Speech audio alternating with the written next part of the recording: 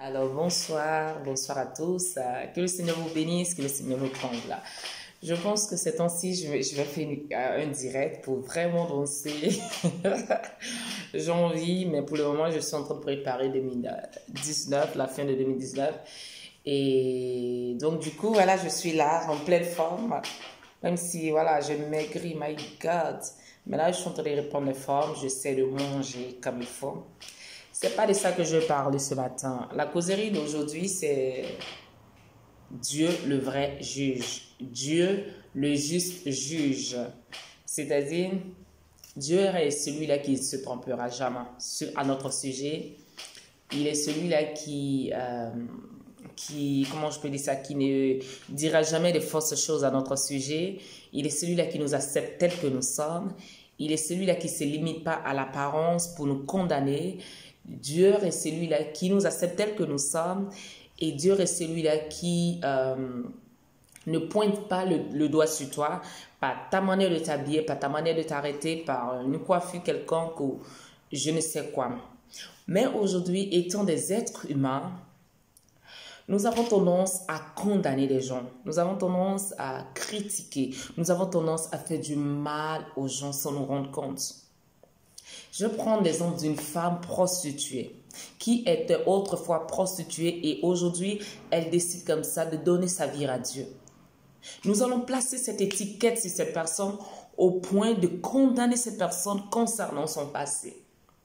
Je prends un exemple chez un drogué ou un braqueur, je sais quoi, qui fait quelque chose de toute sa jeunesse, quelque chose qui n'est pas bien. Et un jour, il décide comme ça de donner sa vie à Dieu. L'âme étant l'âme que nous sommes, nous allons condamner toujours cette personne. Nous allons même chercher à douter de sa conversion. Nous allons commencer à dire, est-ce que réellement il s'est converti? Est-ce que réellement il a donné sa vie à Dieu? Est-ce que réellement, ou bien parfois, tu vas peut-être approcher de lui, tu vas aller peut-être partager un verset avec lui ou je ne sais quoi. Des gens vont commencer même à te juger. Tiens, tu as vu celui-là? Il est en train de marcher avec celui qui était ex-brigand. Est-ce que réellement, celui-là, je commence à douter de sa foi? Mais nous oublions que nous ne détenons pas la vraie vérité.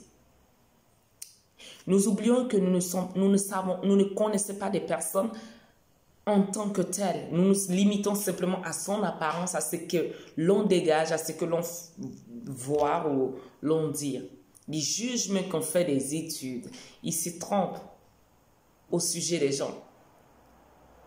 Mais toi, nous arrivons à condamner une personne face à son passé. Nous arrivons à faire du mal à une personne.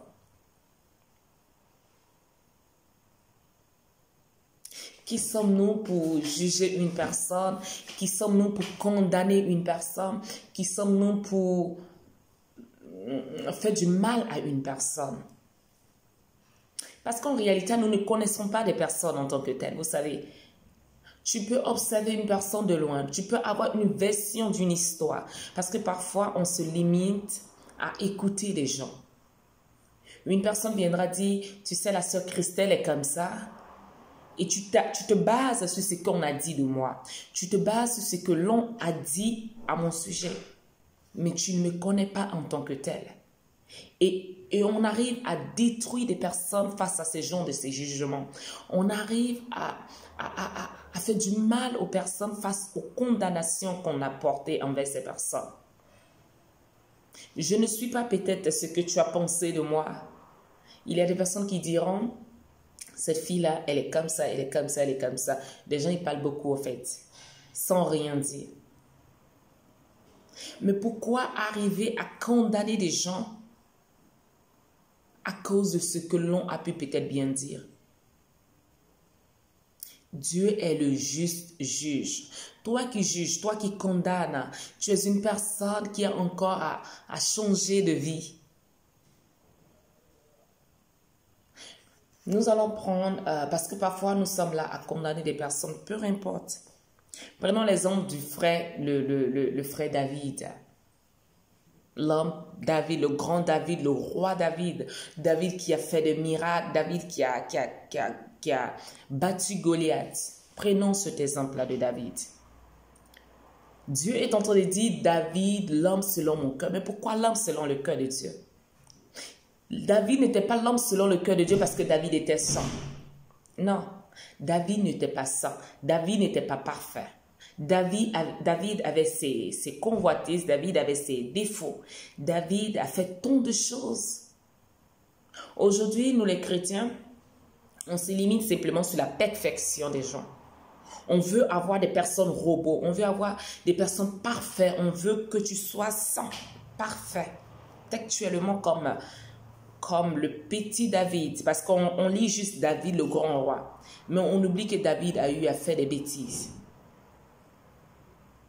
Mais David est l'homme selon le cœur de Dieu. Pourquoi? Parce que David, malgré ses défauts, son intimité avec Dieu, personne ne pouvait l'enlever. Il savait toucher le cœur de Dieu. Malgré son imperfection, Dieu trouve que David est l'homme selon le cœur de Dieu. David a eu à convoiter la femme de Uri. C'était un militaire dans l'armée qui devait aller défendre le peuple d'Israël. Et il a eu à convoiter cette femme-là. David n'arrivait même pas à gérer ses propres enfants. La Bible nous fait comprendre que ses enfants, c'était des personnes qui ne marchaient pas selon la crainte de Dieu. Mais Dieu dit, David est l'homme selon mon cœur. Et la Bible nous fait comprendre que David n'a pas marché, c'est-à-dire n'était pas saint. C'était un homme pas saint, pas parfait. Mais il arrivait à toucher le cœur de Dieu. Nous, aujourd'hui, nous sommes en train de condamner des gens. Nous sommes en train de critiquer des gens parce qu'ils ont peut-être péché. Et parfois, on dit, ah, regarde celui-là. Il prêche, c'est un pasteur, mais regarde comment il s'est comporté. Et on va condamner cette personne jusqu'à mort. Dieu, le juste juge, il dit, David, l'homme selon mon cœur. Dieu accepte David tel qu'il est parce que David savait toucher le cœur de Dieu. Et nous allons comprendre que David ne s'est pas limité simplement à convoiter cette femme. Il a couché avec cette femme et il a voulu que, c'est-à-dire il a fait tout son possible pour que Uri, ce combattant, soit tué en guerre. David, l'homme selon le cœur de Dieu, qui était imparfait. Dieu dit David est l'homme selon le cœur de Dieu. Pourquoi? Parce que quand David était dans la présence de Dieu, il dit... Je sais que je ne suis pas parfaite, je sais que je ne suis pas digne d'être appelée un enfant de Dieu, mais dans la présence de Dieu, je vais m'incliner, je vais dire à Dieu, Seigneur, voici mes défauts. Car David était sincère, David reconnaissait son tort, David était celui-là qui présentait ses défauts devant le Seigneur et devant même le peuple. Et Dieu accepta David tel qu'il était. Dieu a façonné David, Dieu a accepté les défauts de David. Il l'a aimé tel qu'il était parce que David était sincère. Mais nous les hommes, nous des enfants de Dieu que nous sommes, quand une personne viendra peut-être rendre un témoignage, prenons un exemple d'un juste témoignage, il arrivera pour dire un instant, quelqu'un viendra rendre témoignage quand on appelle ça face à son problème, il viendra, il va dire, j'ai fait ceci dans mon passé, j'ai commis ceci et autres. Mais là, j'ai accepté le Seigneur. On va me commencer à douter. On va condamner cette personne jusqu'au point où nous allons commencer à raconter des choses à son sujet. Mais nous oublions que nous ne sommes pas parfaits. Nous oublions qu'en le faisant, nous sommes en train de pécher. Nous oublions qu'en le faisant, nous sommes en train de commettre un crime moral et un crime aussi physique.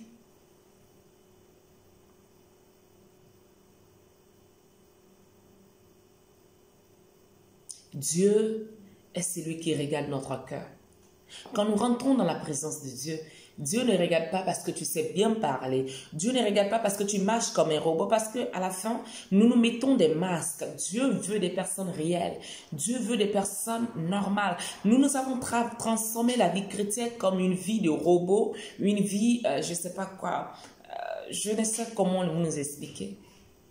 Nous voulons des gens parfaits, mais nous oublions que la maison de Dieu, c'est une maison qui rend la perfection, qui donne la perfection. Car avant d'être parfait, tu es d'abord imparfait. Et tu rentres dans la présence de Dieu et Dieu, au fur et à mesure, te perfectionne. Mais N'entre pas dans la maison de Dieu étant comme un robot. Parce que c'est comme l'hôpital. Quand tu es malade, tu vas à l'hôpital. Mais quand tu vas à l'hôpital, tu ne vas pas cacher ta maladie au docteur. Tu ne vas pas donner une image de ce que tu n'es pas parce que tu viens te faire soigner. Alors, tu dois être toi-même. Afin que l'Église arrive à te dresser, afin que l'Église arrive à comment je peux dire ça, te former, faire de toi un homme meilleur. Mais l'Église, qu'est-ce qu'il fait? Quand une personne viendra avec ses défauts, on va condamner cette personne, on va commencer à le critiquer. Mais regarde comment il est habillé, mais regarde comment il a fait ceci, mais regarde comment il fait. Mais tu oublies que la maison de Dieu, c'est l'hôpital.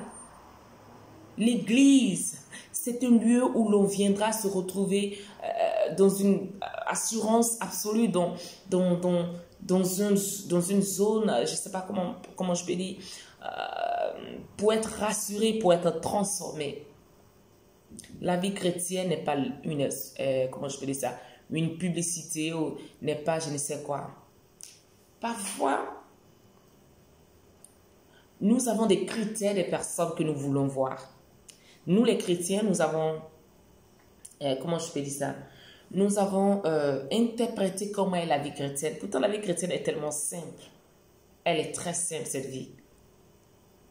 Nous avons notre manière de voir des choses. Nous avons notre manière de voir l'homme chrétien, comment il doit être. L'homme chrétien, c'est celui-là qui est parfait. L'homme chrétien, c'est celui-là qui ne doit pas se fâcher. L'homme chrétien, c'est celui-là qui ne doit pas commettre un péché. L'homme chrétien, c'est celui-là qui doit être parfait comme toi tu le désires, comme tu le dis. Pourtant, Dieu, non. Dieu sait que nous sommes imparfaits. Dieu sait que nous ne sommes pas parfaits. Et il nous accepte tel que nous sommes. Nous allons prendre cet exemple-là vous savez, en train de juger une personne, nous allons rester sur la terre et nous serons étonnés de voir des malfaiteurs, de voir des gens de mauvaise foi qui étaient pour nous des gens de mauvaise foi, mais qui irriteront le royaume des cieux. Nous serons étonnés. Nous allons prendre cet exemple de Christ à la croix avec deux brigands. La Bible nous fait comprendre qu'il était avec deux brigands. Il y avait un qui croyait en lui et l'autre non. À la dernière minute, ce dernier a eu à croire en lui. À la dernière minute. Mais ceux qui étaient en bas, ses parents, le voyant à la croix, sûrement ils disent, celui-là il ira en enfer parce qu'il n'était pas digne. Celui-là il faisait ceci parce qu'il ira en enfer. On a commencé, tout le monde croyait à son enfer. Mais lui étant à la croix, il dit à Dieu, souviens-toi de moi. Et Jésus-Christ lui dit, à l'instant même, tu seras avec moi au paradis. Malgré qu'il avait commis des péchés, la Bible nous fait comprendre que c'était un brigand. Mais Dieu lui dit, Jésus-Christ lui dit, à l'instant même, tu seras avec moi au paradis. Mais nous sommes restés avec nos jugements. Personne ne sait ce qu'il a dit avec ce Dieu-là. Son intimité avec Dieu. Arrêtons de juger, frères et sœurs, parce que nous sommes capables de rester et d'être étonnés que d'autres personnes ont hérité le royaume des cieux à cause de notre jugement. L'intimité avec Dieu, c'est quelque chose de secret, quelque chose comment je peux dire ça, d'intime.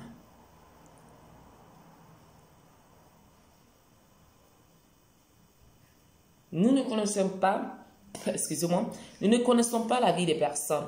Arrêtons de juger. Nous ne connaissons pas l'intimité d'une personne avec son Dieu. Cette femme prostituée, qui était jugée, qui était rejetée par tous, elle arrive devant la présence de Dieu et s'inclinait. Des gens commençaient à dire de toutes sortes de choses. Comme toujours, on commence à juger, on critique, on condamne, on indexe des personnes.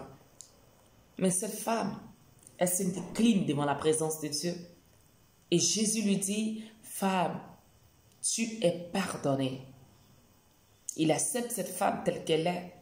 Les gens commencent à regarder Christ d'une manière pour dire, mais est-ce qu'il sait qui est cette femme? Mais il l'accepte. Nous sommes limités, nous les hommes, nous les êtres humains, nous nous limitons par l'apparence. Nous regardons l'apparence, nous regardons les défauts. Nous voyons que les défauts. Nous ne voyons pas le changement. Vous savez, l'homme, il est capable de te condamner, quel que soit X. Il va te condamner toute ta vie pour un passé que tu as pu bien faire. Et même si tu as changé, jamais il acceptera que tu as changé. Jamais l'homme n'acceptera cela. Il va toujours te rappeler ton passé. Il va toujours te voir comme un monstre. Il va toujours te voir comme un voleur. Il va toujours te voir comme une prostituée. Il te verra toujours comme un brigand.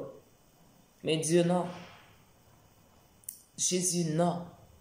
Il accepte tel qu'il sommes. Vous savez, chrétiens, enfants de Dieu, frères et sœurs, nous allons rater le royaume des cieux à cause de cette attitude-là. Nous allons rater le royaume des cieux à cause de notre manière de nous comporter. Il y a des personnes c'est pour cela que la Bible nous fait comprendre que les premiers seront les derniers seront les premiers.